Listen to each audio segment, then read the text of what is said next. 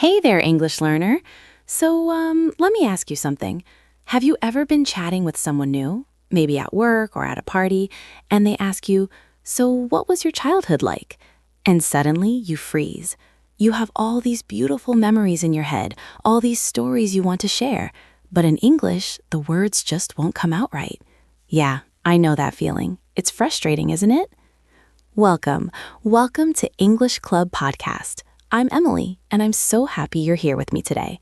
This podcast is all about helping you speak English confidently in real-life situations. And today, we're going to talk about something really special, something that connects us all as humans, no matter where we're from. You know, just this morning, I was looking through old photo albums with my mom. We were sitting at the kitchen table, drinking coffee, and she pulled out these pictures from when I was about 5 years old. And oh my goodness, the memories just came flooding back. I remembered things I hadn't thought about in years. The smell of my grandmother's cookies, the feeling of playing in the rain, the sound of my dad's laugh. And as we talked about these memories, I realized something. Sharing childhood memories is one of the most beautiful ways to connect with people. So here's what we're doing today. We are going to learn how to talk about your childhood memories in English. And I'm not just talking about simple sentences like, I was happy as a child. No. We're going deeper than that. We're going to explore how to describe your memories with details, with emotion, with the kind of language that really paints a picture for the person listening. And why does this matter? Well, let me tell you. When you meet new people, they often ask about your childhood. It's a natural conversation topic. In job interviews, they might ask about experiences that shaped you. When you're making friends, sharing childhood stories creates instant connection and trust. When you're in a relationship, talking about your past helps your partner understand who you are today. This is real, meaningful English that you'll use throughout your life. By the end of this episode, you're going to know the essential vocabulary for talking about childhood. You'll understand how to use past tenses naturally and correctly.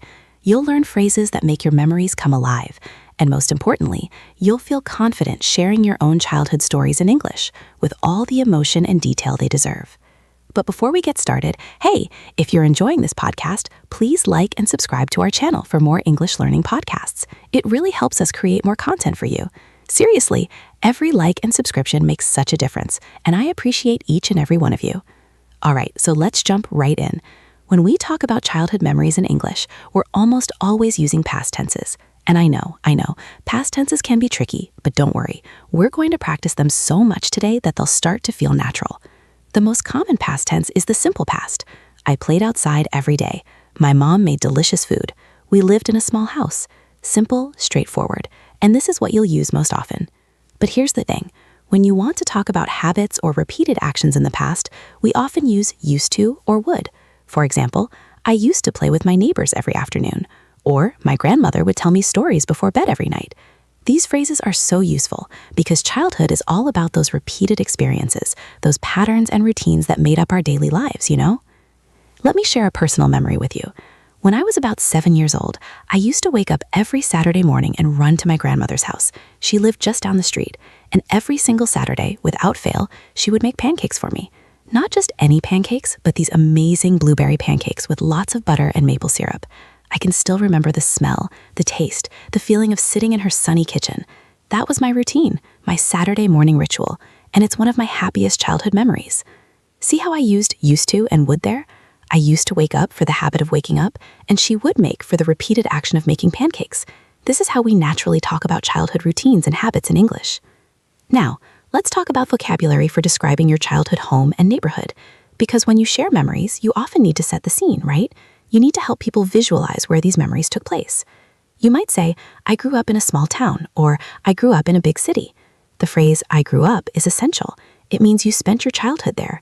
You could also say, I was raised in, which has the same meaning. I was raised in the countryside, or I was raised in the suburbs. Let me teach you some useful words for describing your neighborhood. If you lived in a quiet area, you might say, I grew up in a peaceful neighborhood. If there were lots of children, you could say, there were many kids in my neighborhood, or my street was full of children my age.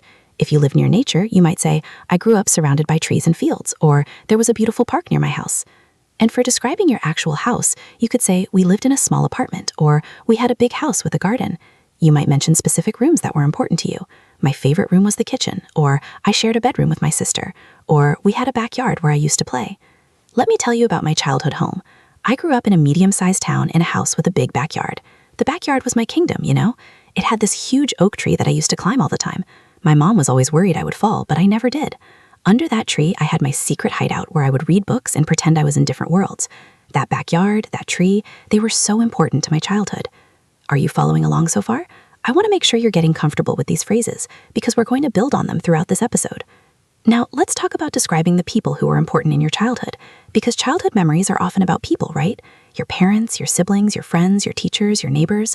When describing people from your childhood, you can use phrases like, my mom was very caring and kind, or my dad was strict but loving. For siblings, you might say, I have 2 brothers who were my best friends growing up, or I'm an only child, so I spent a lot of time with my cousins. For friends, you could say, I had a best friend named Maria who lived next door, or there was a group of us kids who played together every day. And you know what? It's nice to include little details that make these people come alive.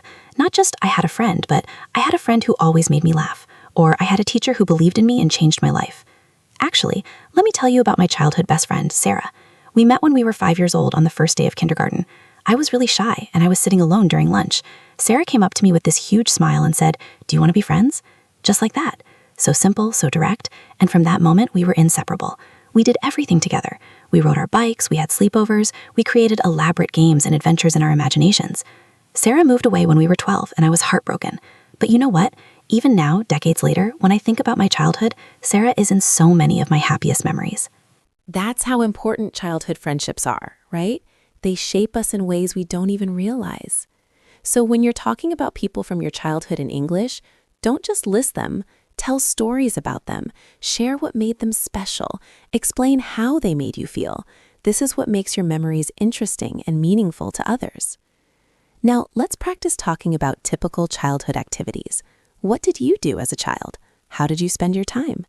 This is where you can really make your memories come alive with specific details and descriptions. You might talk about playing outside. I used to play in the street with my neighbors, or we would ride our bikes around the neighborhood for hours. Maybe you played specific games. We played hide and seek all the time, or I loved playing soccer with my friends, or we used to build forts out of blankets and pillows. Or maybe you spent time on hobbies. I loved drawing and painting as a child, or I was obsessed with collecting stamps, or I used to spend hours reading books in my room. The key is to be specific. Don't just say, I played games. Say what games. Don't just say, I had hobbies. Say which hobbies and why you loved them. For me, one of my favorite childhood activities was exploring the woods near my house. There was this little forest area, not too big, but to me as a child, it felt like a massive wilderness. My friends and I would spend entire summer days in those woods. We would climb trees, we would build stick houses, we would catch frogs in the creek, we would pretend we were explorers discovering new lands. And here's a funny memory. One time, I was probably 9 years old, I decided I was going to build the best treehouse ever. I gathered all these branches and tried to create this elaborate structure in a tree. It was terrible, absolutely terrible. It fell apart almost immediately, but I was so proud of it at the time. I thought I was an engineering genius. Kids, right? We think we can do anything. Let me ask you something. What did you love to do as a child? What activities made you happiest? Think about it for a moment. Because these memories, these simple activities, they're often the ones that bring us the most joy when we remember them. Now, let's talk about describing your feelings and emotions from childhood.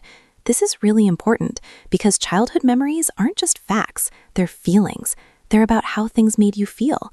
You might say, I felt safe and loved in my childhood, or I was a very happy child, or I was shy and quiet as a kid. You can describe specific emotional memories.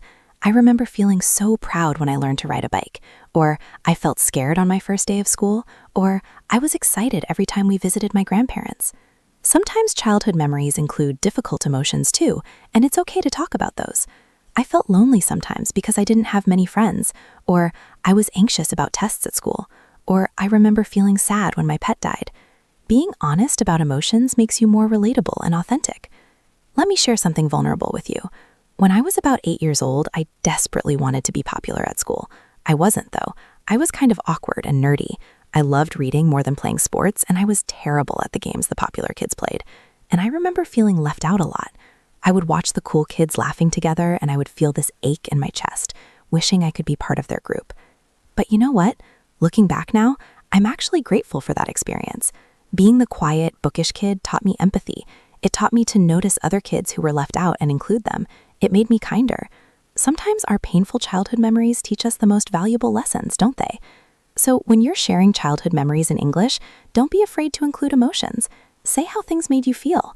This is what makes your stories real and meaningful. Let's practice some more phrases for talking about school memories, because school is such a big part of childhood for most people.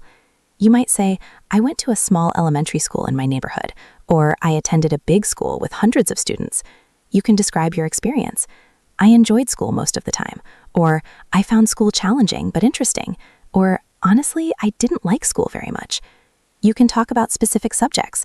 My favorite subject was art, or I was good at math but terrible at spelling, or I loved science class because we did experiments. And you can mention teachers. I had a wonderful teacher in 3rd grade who encouraged me to write, or there was one strict teacher who everyone was afraid of. School memories often include funny or embarrassing moments. I remember once I fell asleep during a boring lecture, or I got in trouble for talking too much in class, or I was so nervous during presentations that my hands would shake. Oh my goodness, I have so many embarrassing school memories. Let me tell you about one. When I was in 4th grade, we had to do a presentation about our family. I was so nervous. I stood up in front of the class and my mind just went completely blank. I forgot everything I wanted to say. I just stood there, frozen, staring at everyone. It felt like hours, but it was probably only about 10 seconds. Then I burst into tears and ran out of the classroom. I was so humiliated. I thought everyone would make fun of me forever. But you know what? By the next day, most kids had already forgotten about it. Children move on quickly from these things. And now, looking back, I can laugh about it. It's just a funny, slightly embarrassing memory that reminds me how seriously we take things as children. Do you have memories like that?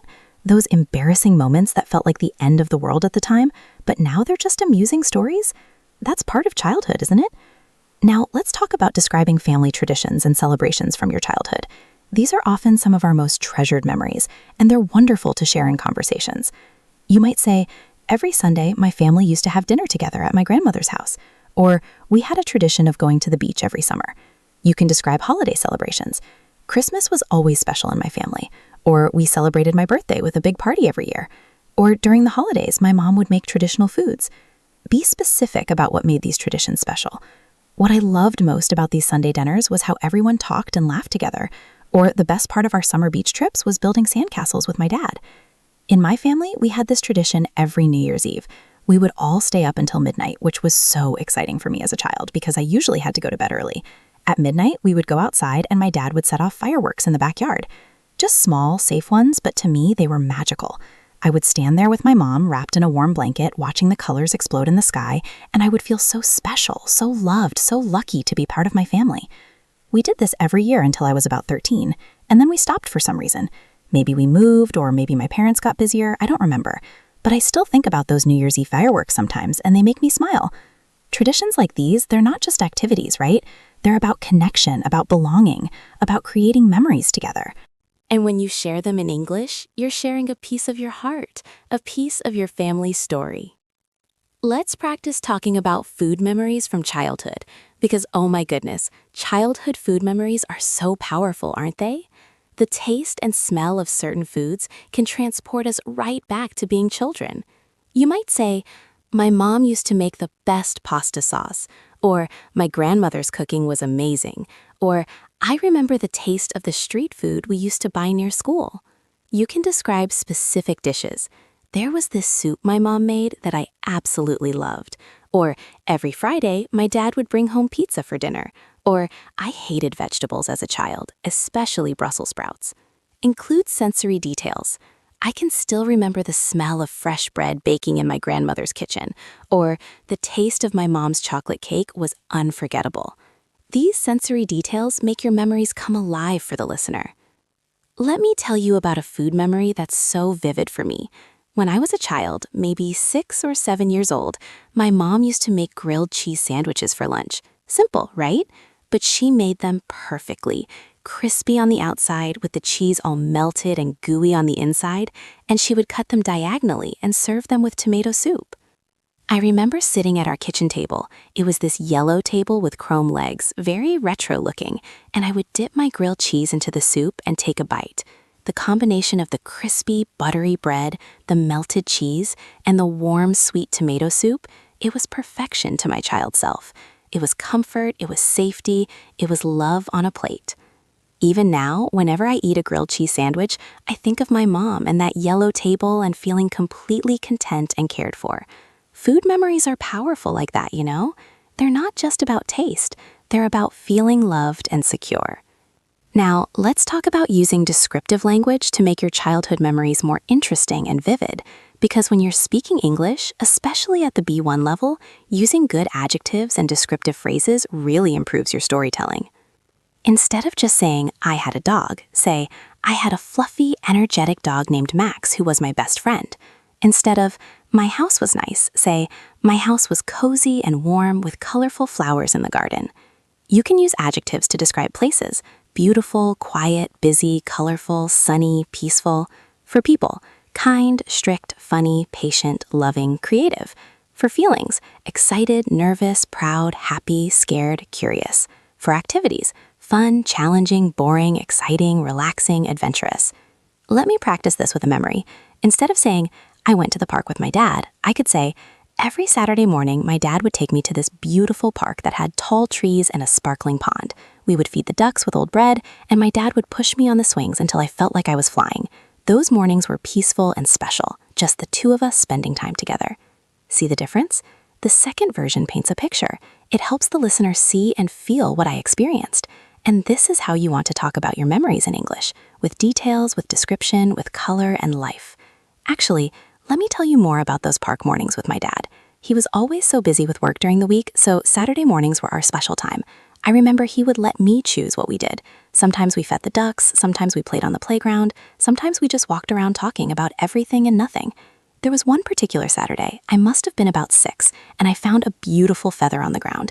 It was iridescent, all shimmery blues and greens. I was fascinated by it. And my dad, instead of rushing me along, sat down with me on a bench and we examined that feather for probably 20 minutes. He told me it might be from a magpie or a crow. We talked about how birds need feathers to fly. He made me feel like my curiosity and wonder were important, like they mattered. I kept that feather in a special box for years. I don't know what happened to it eventually, but I still remember finding it and my dad's patience and kindness in that moment. These are the kinds of details that make memories special, you know? Let me ask you, do you remember moments like this from your childhood? Those small, simple moments that meant so much? Think about how you would describe them in English. What details would you include? Now, let's talk about discussing childhood friendships and relationships, because friends are such an important part of growing up, and talking about childhood friendships is a natural part of conversations in English. You might say, I had a best friend who I did everything with, or I was part of a group of friends who played together every day. You can describe what you did together. We used to ride our bikes to the park, or we spent hours playing video games at each other's houses, or we created our own secret club with passwords and rules. You can talk about what made these friendships special. What I loved about my friend Tom was his sense of humor, or my friend Lisa and I understood each other without even talking, or my childhood friends accepted me exactly as I was. Sometimes childhood friendships end, and you can talk about that too. We stayed friends until high school, then we drifted apart, or she moved to another city and we lost touch, or we're still friends today actually, even after all these years. I want to tell you about my friend group when I was about 10 years old. There were 5 of us, all girls from my neighborhood. We called ourselves the Adventure Club. I know, so creative, right? We took it very seriously though. We would meet every afternoon after school and we would go on adventures. Our adventures were things like exploring the creek behind the school, or riding our bikes to the store to buy candy with our pocket money, or building elaborate forts in someone's backyard. To adults, these probably seemed like just kids playing, but to us, they were real adventures. We were explorers, we were pioneers, we were brave adventurers facing the unknown. The leader of our group was a girl named Jennifer. She was bold and fearless, always coming up with the wildest ideas. I was a bit more cautious, but I went along because I didn't want to seem scared. One time, Jennifer decided we should explore this old abandoned barn on the edge of our neighborhood. I was terrified, but I didn't say anything. We went into that barn and it was dark and creepy and full of spiderwebs. I hated every second of it, but I felt so proud of myself for being brave. And afterwards, we all sat outside the barn eating the snacks we brought, laughing and talking about how scary it was. That feeling of accomplishment, of facing a fear with friends by my side, I still remember it. Those friendships, they taught me about loyalty, about courage, about being yourself. Even though I'm not in touch with most of those girls anymore, they were so important to my childhood. So when you talk about childhood friendships in English, share the stories. Talk about what you did together, what you learned from each other, how these friendships shaped you. This makes your memories rich and meaningful. Now, let's talk about discussing pets and animals from your childhood, because for many people, pets are incredibly important childhood memories. You might say, I had a dog named Charlie who was like my brother, or we had a cat that I loved so much, or I grew up on a farm, so we had lots of animals. You can describe your pet. My dog was big and friendly with brown fur, or my cat was small and gray with green eyes. Talk about what you did with your pet. I used to take my dog for walks every day, or my cat would sleep on my bed every night, or I was responsible for feeding the fish every morning, and include emotional connections.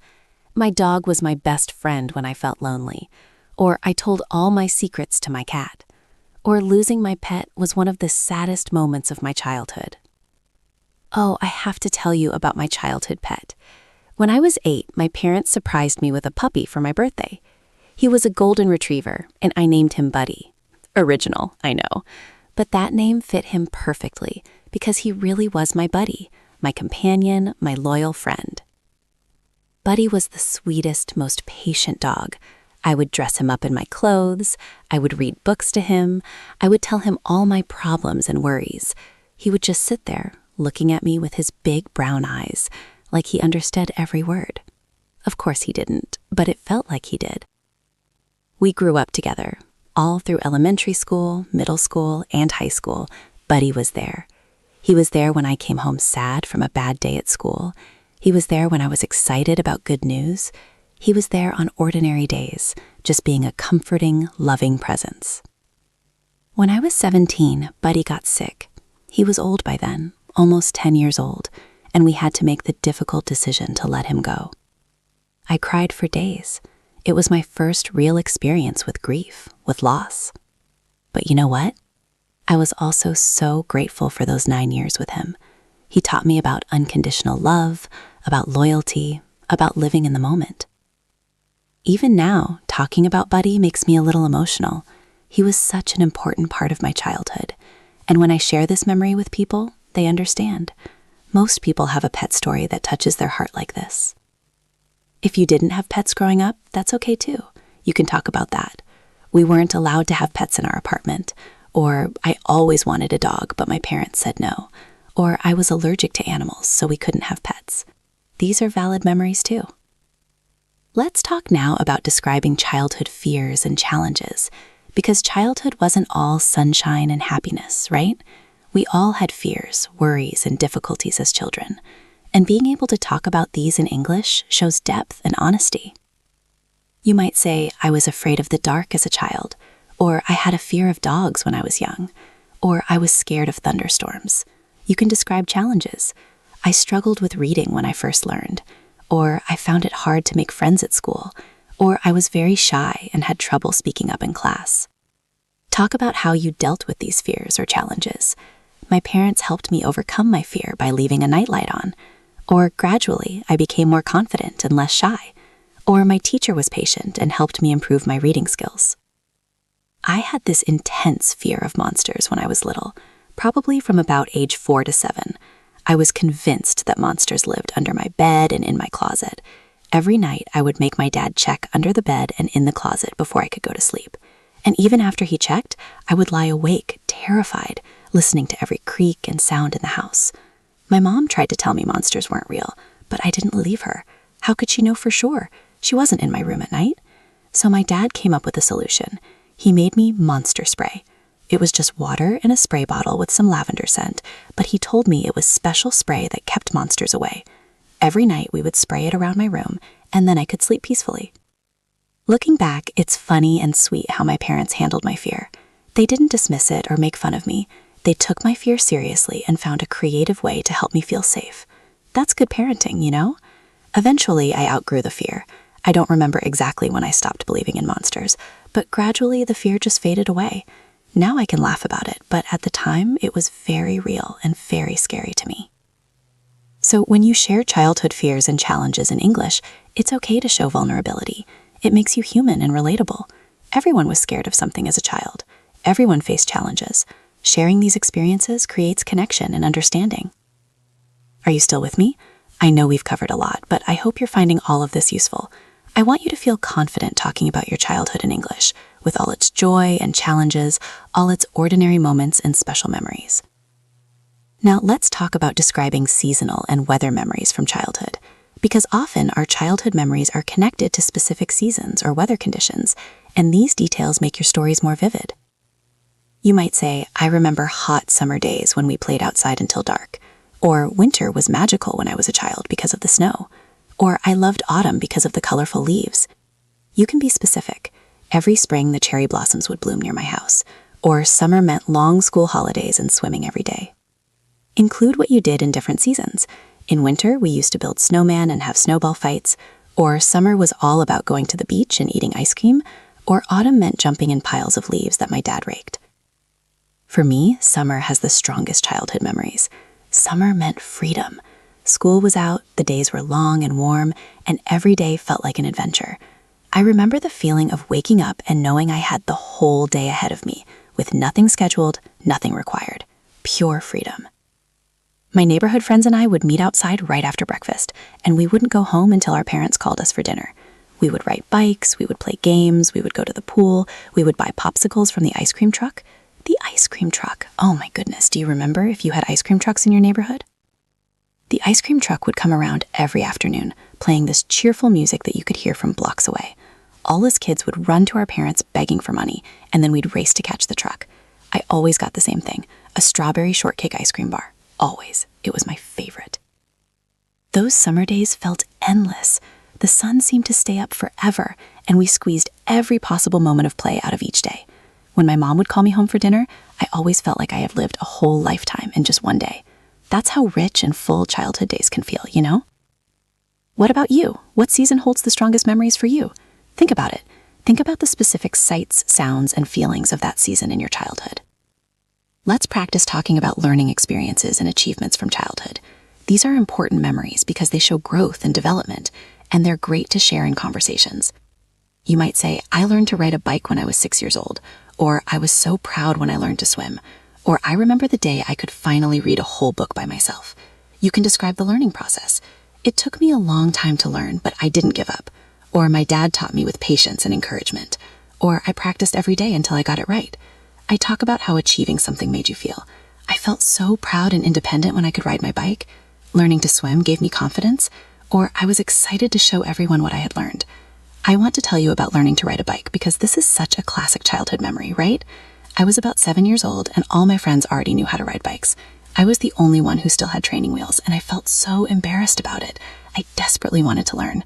My dad took me to this empty parking lot one Saturday morning. He took off my training wheels, and I was immediately terrified. I kept saying, I can't do it, I'm going to fall, I'm scared. But my dad was so encouraging. He said, I'll hold the back of your seat. I won't let you fall. So I got on the bike, and my dad held the seat, and I started pedaling. At first, I was so wobbly and scared, but gradually I started to get the feel of it, the balance of it.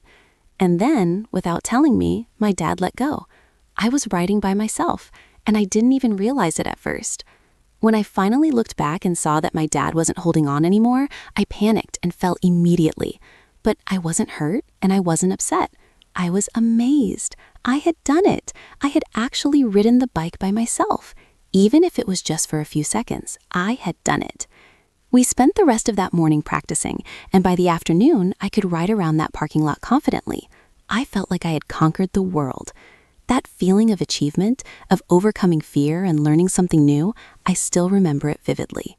These kinds of memories, they're not just about learning a skill. They're about learning that we can do hard things, that practice and persistence pay off, that failure is okay as long as we keep trying. These are valuable lessons that stay with us. Now, let's talk about special occasions and birthday memories from childhood. Birthdays are often very important memories because they were days that were all about us, days when we felt special and celebrated. You might say, my birthday was always a big celebration in my family, or I used to have birthday parties with all my friends, or my mom would bake a special cake for my birthday every year. You can describe specific birthday memories. On my 8th birthday, I had a costume party. Or I remember one birthday when we went to an amusement park. Or my favorite birthday was when I got the toy I had been dreaming about. Be specific about what made birthdays special. What I loved most about birthdays was having all my favorite people together. Or birthday mornings were exciting because I would find presents waiting for me. Or my grandmother always gave me money in a card and I felt so rich. Let me tell you about my 10th birthday because it was so memorable. I was obsessed with horses at that age. I had horse posters on my wall, horse books, horse toys. All I wanted for my 10th birthday was to go horseback riding. I had never done it before, but I dreamed about it constantly. My parents, bless them, arranged for me to go to a horse farm for my birthday. I was so excited I could barely sleep the night before. When we got to the farm, there were these beautiful horses, and I got to ride one named Sunshine. She was a gentle, calm horse, perfect for a beginner. I felt like a princess riding that horse. It was even better than I had imagined. The instructor let me trot a little bit, and I felt so free, so happy, so alive. It was one of those perfect moments where reality matched the dream, you know? After the riding, we had a picnic at the farm, and my mom brought a cake she had decorated with horses. It was chocolate cake with chocolate frosting, my favorite. My best friends were there, and we ate cake and laughed and talked about the horses. It was a simple party, really, but it was absolutely perfect for me. I'm 40 now, and I still remember my 10th birthday like it was yesterday. That's how powerful these special childhood memories are. They stay with us forever. What about you? Do you have a birthday memory that stands out? A party or a gift or a moment that made you feel special and loved? These memories are wonderful to share because everyone can relate to the feeling of being celebrated on their birthday. Let's practice talking about everyday routines and ordinary moments from childhood. Because while special occasions are important, it's often the ordinary, everyday moments that make up the fabric of our childhood memories. You might say, my morning routine was always the same, or every day after school, I would do my homework and then play outside. You can describe family routines. We always ate dinner together as a family, or bedtime was at 8 o'clock every night, or Sunday mornings we would go to church and then have a big lunch. These ordinary moments might seem boring, but they're actually really important memories because they represent the stability and rhythm of childhood. You might say, I loved the predictability of my daily routine, or these simple everyday moments made me feel safe and secure. In my family, we had this evening routine that I loved. After dinner, my dad would do the dishes, my mom would clean up the kitchen, and I would sit at the kitchen table doing my homework. The TV would be on in the living room, but I could hear my parents talking quietly while they worked. Sometimes they would sing along to songs on the radio. When I finished my homework, I would show it to my mom and she would check it. If I got stuck on something, she would help me figure it out. Then I could watch TV for a little while before bed. It was such a simple, ordinary routine, but it made me feel loved and cared for. I knew what to expect. I knew my parents were there. I felt safe. You know what? Now that I'm an adult, I realize how lucky I was to have that stability, that routine, those ordinary evenings with my family. Not every child has that. So even though these memories might seem boring or unimportant, they're actually precious. They represent love and security and family. So when you talk about your childhood in English, don't feel like you only need to share dramatic or exciting memories. The ordinary ones matter too. The everyday routines, the simple moments, the regular patterns of childhood life, they're all worth talking about. Now, let's discuss how to talk about changes and transitions in your childhood. Because childhood isn't static, right? Things change. You grow, circumstances change, your family might move or change in some way. You might say, when I was 10, my family moved to a new city. Or my parents separated when I was in elementary school. Or my little brother was born when I was 7 and everything changed. You can talk about how these changes affected you. Moving was hard because I had to leave my friends behind. Or at first, I was upset about having a new sibling, but then I learned to love being a big sister. You can talk about growing and changing yourself. As I got older, I became more independent. Or I went through a phase where I was rebellious and difficult. Or by the time I was 12, my interests had completely changed. Let me tell you about a big change in my childhood. When I was 11, my dad got a new job and we had to move to a different state. I was devastated. I didn't want to leave my school, my friends, my house, my neighborhood. Everything familiar was being taken away from me, and I had no choice in the matter. I remember crying for days when my parents told me. I begged them not to move. I promised I would be good forever if we could just stay. But of course we moved anyway. The first few months in our new town were really hard. I felt lonely and lost. I missed my old friends terribly. I hated my new school. I blamed my parents for ruining my life. But you know what? Gradually, things got better. I made new friends, I started to like my new school, I discovered new places to explore, and I realized that I was more adaptable than I thought. That move, as painful as it was at the time, taught me that I could handle change, that I could make new beginnings, that endings aren't always bad even when they're sad. Now, looking back, I'm grateful for that experience. It made me more flexible, more open to change, more empathetic to people who are going through transitions. Sometimes the hardest childhood experiences teaches the most valuable lessons. So if you experience changes or difficult transitions in your childhood, it's okay to talk about them in English. You can be honest about how hard they were, while also talking about what you learned or how you grew from them. Let me ask you something. Are you feeling more confident now about talking about your childhood in English? I hope so, because we've covered so much ground, so many different aspects of childhood memories, so many phrases and expressions you can use. Let's talk about cultural aspects of childhood and how to explain them in English. Because if you're from a different country or culture than the person you're talking to, they might be curious about what childhood was like in your culture. You might say, "In my country, children are expected to respect their elders very much." Or, "Where I grew up, it was common for extended families to live together." You can explain traditions. "In my culture, we have a special ceremony when a child turns a certain age." Or, "Children in my country often help with family businesses from a young age." You can contrast your childhood with typical childhoods in other cultures. "Unlike here, we didn't have much technology when I was growing up." Or, "Children in my neighborhood had more freedom to play outside than kids seem to have today." When I talk about my American childhood with people from other countries, I often mention things like summer camp, which is a very American experience. I would go to summer camp for a week or two in the summers, staying in cabins with other kids, doing activities like swimming, archery, crafts, and singing around campfires. For people who didn't grow up with this tradition, it seems strange to send your child away for part of summer, but for me, summer camp was a normal and exciting part of childhood. Or I might explain about things like losing teeth and the tooth fairy. In American culture, when children lose their baby teeth, they put the tooth under their pillow, and supposedly a fairy comes at night and leaves money. I know this sounds bizarre if you didn't grow up with it, but as a child, I believed in the tooth fairy completely. I would lose a tooth and be so excited to put it under my pillow and find $1 there in the morning. When you explain cultural aspects of your childhood to English speakers from different backgrounds, use phrases like, "In my culture, we," or "Where I'm from, it's traditional to," or "This might seem strange, but in my country." These phrases help contextualize your memories and make them understandable to people from different backgrounds. Now, let's practice using sensory language to describe childhood memories. This is so important because sensory details, things you saw, heard, smelled, tasted, and touched, make memories come alive. For sight, you might say, "I remember the bright colors of my childhood toys," or "I can still picture the sunset view from my bedroom window." For sound, "I remember the sound of my mother's voice singing lullabies," or "The neighborhood was always filled with the sounds of children playing." For smell, "I can still smell my grandmother's perfume," or "The scent of fresh-cut grass reminds me of summer days playing outside." For taste, "I remember the sweet taste of the candy we bought at the corner store." For touch, "I remember the soft texture of my favorite blanket," or "I can still feel the rough bark of the tree I used to climb." Let me give you a sensory-rich memory. I remember Sunday mornings at my grandmother's house. I would wake up to the smell of bacon cooking and coffee brewing.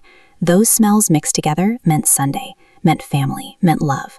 I would go downstairs in my pajamas, and the kitchen would be warm and bright with morning sunlight coming through the windows.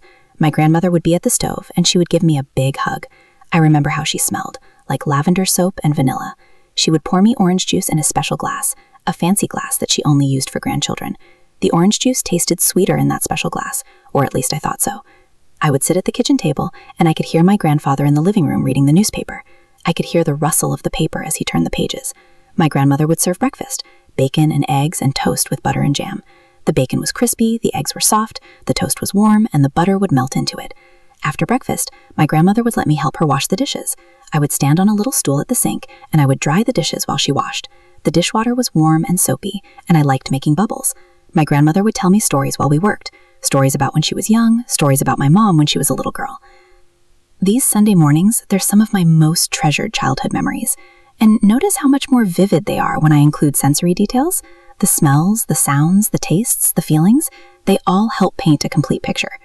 So when you talk about your childhood memories in English, try to include these sensory details. They make your memories more interesting and more real to the person listening.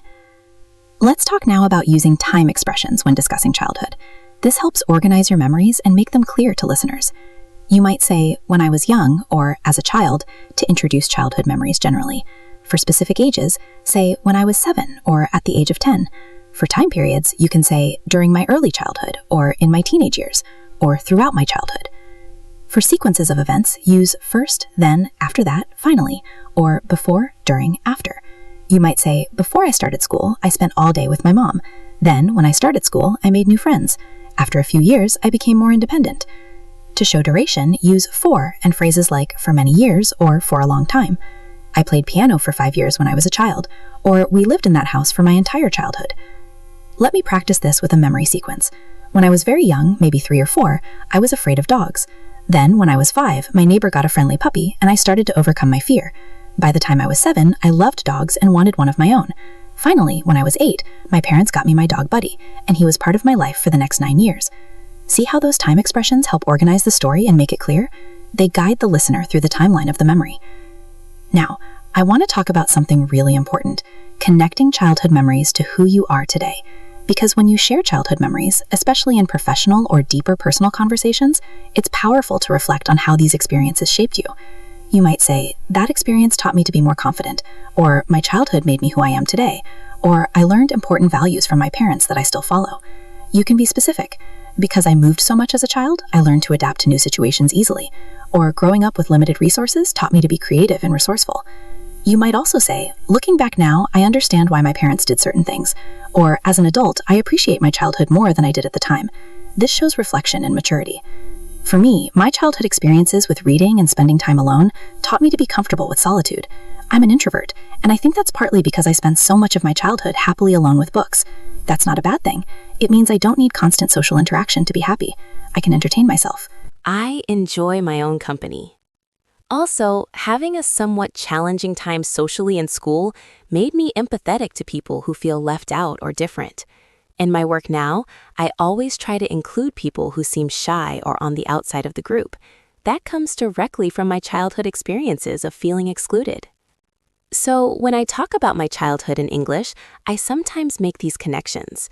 I think my love of reading as a child is why I became a content creator today. Or the way my parents encouraged my curiosity is something I try to do with the children in my life now. Making these connections shows self-awareness and depth. It shows you've thought about your experiences and learned from them. This is impressive in English conversations, especially professional ones. Let me check in with you. How are you doing? I know this has been a long episode, but I wanted to give you as much as possible to help you talk confidently about your childhood in English. Are you feeling inspired? Are you thinking about your own memories and how you would describe them? Let's practice some conversations you might have about childhood. Imagine someone asks you, what was your childhood like? Here's how you could respond using everything we've learned. You might say, oh, I had a pretty happy childhood overall. I grew up in a small town with my parents and 2 siblings. We weren't rich, but we had everything we needed. I spent most of my time playing outside with neighborhood friends. We used to ride bikes and explore the woods near our house. My mom was very loving and made sure we always felt cared for. Looking back, I'm grateful for how simple and peaceful my childhood was. See how that response uses different elements? It sets the scene, mentions people, describes activities, includes feelings, and reflects on it from an adult perspective. That's a well-rounded answer. Or if someone asks about a specific childhood memory, you might say, one memory that really stands out is when I learned to swim. I was about 6 years old and I was terrified of water. My dad took me to the pool every weekend and patiently taught me. At first, I wouldn't even put my face in the water, but gradually I got more comfortable. The day I finally swam across the pool by myself, my dad was so proud and I felt like I could do anything. That experience taught me that fear can be overcome with practice and support. This answer tells a complete story with a beginning, middle, and end. It includes emotions and reflections. It's the kind of answer that makes people feel connected to you. Now, let's talk about common mistakes English learners make when discussing childhood memories, so you can avoid them. One common mistake is mixing up past tenses. Remember, for completed actions in the past, use simple past. I played, not I have played. Use used to for past habits. I used to play, not I was used to play. And use past continuous for ongoing actions interrupted by something. I was playing when my mom called me. Another mistake is being too vague. Don't just say, my childhood was nice. Give details. What made it nice? Who was there? What did you do? Details make memories interesting. Also, some learners forget to include emotions and feelings. Childhood memories are emotional. Don't just describe what happened, describe how it made you feel. And finally, some learners apologize for their memories or downplay them. My childhood was boring, probably not interesting to you. No, your childhood matters. Your memories are worth sharing. Be confident about them. Let me tell you, I've had conversations with English learners who had the most fascinating childhood stories, but they presented them as if they were boring or unimportant. One student told me almost apologetically about growing up in a rural village where she helped her family farm. She thought it was too simple and wouldn't interest me. But when I asked questions and she started sharing details, her childhood sounded amazing to me. She described the seasons of planting and harvesting, the animals they raised, the traditional festivals they celebrated, the closeness of the community. It was beautiful and interesting and so different from my suburban American childhood. Her experiences were valuable and worth sharing confidently. So please, when you share your childhood memories in English, do it with confidence. Your experiences are unique. They're interesting. They matter. Now, let's practice some phrases for when you're asked to compare your childhood to childhood today. This is a common conversation topic, especially with older people or in discussions about how times have changed. You might say, childhood today is very different from when I was young. Or, kids today have more technology than we had. Or, in some ways, childhood is easier now, but in other ways, it's harder. You can be specific. When I was a child, we played outside all the time, but kids today spend more time indoors with screens.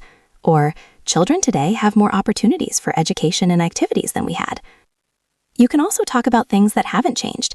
Some things are the same, though. Kids still love to play and have fun. Or, the need for love and security hasn't changed, even if other things have.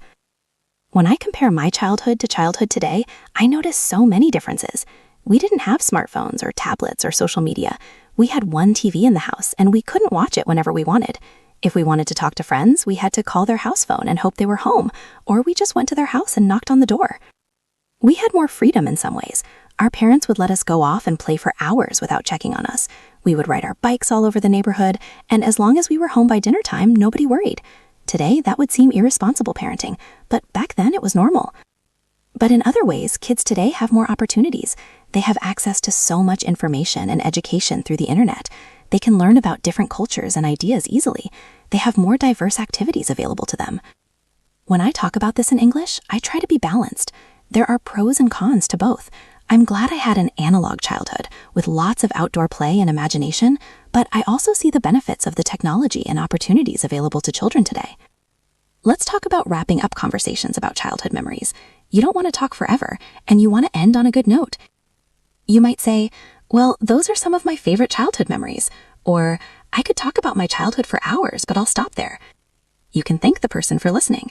Thanks for letting me share these memories with you. Or, it's been nice to reminisce about the past. You can turn it back to them. What about you? What was your childhood like? Or do you have similar memories from when you were young? All right, we've covered so much today. We've talked about vocabulary for describing childhood, how to use past tenses correctly, how to describe people and places from your past, how to talk about activities and routines, how to include emotions and sensory details, and so much more. But more than just vocabulary and grammar, I hope you've gotten a sense of how to share your childhood stories in a way that's engaging and authentic. Because when you talk about your childhood in English, you're not just practicing language, you're sharing a piece of yourself. You're connecting with people on a human level. You're telling the story of who you were and how you became who you are. Your childhood memories are precious. They're unique to you. No one else in the world has exactly the same memories you have. And when you share them in English, you're giving people a window into your world, your culture, your family, your experiences. That's beautiful and valuable. So here's what I want you to remember from today. First, use past tenses confidently. Simple past for completed actions, used to and would for past habits. Second, include details, sensory details, emotional details, specific names and places. Third, be honest and authentic. Share both happy memories and challenging ones. Fourth, make connections to who you are today. Show how your childhood experiences shaped you. And most importantly, be proud of your childhood memories. They're yours. They're part of your story. Share them with confidence and warmth. Now, I'd love to hear from you. What's one of your favorite childhood memories? Where did you grow up? What did you love to do as a child? Who were the important people in your childhood? Leave a comment below and practice describing your childhood memories in English. Use some of the phrases and vocabulary we learned today. Share a story, describe a person, talk about a place or an experience. Make it as detailed or as simple as you want. The important thing is to practice expressing yourself. And you know what? When you write that comment, you're not just practicing English, you're preserving your memories. You're honoring your childhood. You're sharing your story with the world. That's meaningful and beautiful. Please like and subscribe to English Club for more English learning podcasts.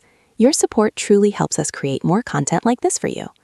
Every like, every subscription, every comment, it all encourages us to keep making these podcasts.